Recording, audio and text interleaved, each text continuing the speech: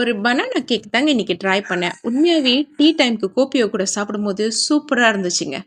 அதுக்கு ஒரு 4 வாழைப்பழம் சின்னதா சின்னதா ஒரு 4 வாழைப்பழம் எடுத்து நல்லா மசிச்சுட்டு, அது கூட ஒரு முட்டைய சேர்த்து நல்லா கையிலே ஃபோர்க்லயே நல்லா பிளெண்ட் பண்ணிக்கிட்டேங்க. அப்புறம் அது கூட ஏசன் வெனிலா ஒரு மூடி ஊத்தி, அதையும் நல்லா மிக்ஸ் பண்ணிக்கிட்டு, ஒரு குழிக்கரண்டியில ஒரு கரண்டி எண்ணெய் மிக்ஸ் பண்ணி, அதையும் நல்லா கலந்துக்கிட்டு அது கூட அப்புறம் 1/2 கப் பால் நம்ம எடுத்த குழிக்கரண்டிலே நான் சர்க்கரை வந்து 2 கரண்டி போட்டேன். ஸோ உங்களுக்கு டேஸ்ட்டுக்கு எவ்வளோ வேணுமோ அவ்வளோ போட்டுக்கோங்க.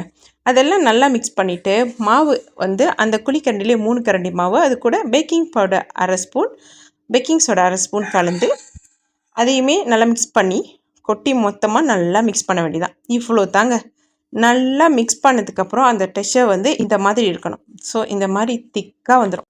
கேக் பேனில் ஊற்றி அதை அவன் உள்ளார நான் 150 ஹீட்டுக்கு 180 ஹீட்டுக்கு 50 நிமிஷம் வச்சுருந்தேன். ஸோ 180 ஹீட்டுக்கு 50 நிமிஷம் வச்சோடனே நம்மளோட கேக் ரெடி.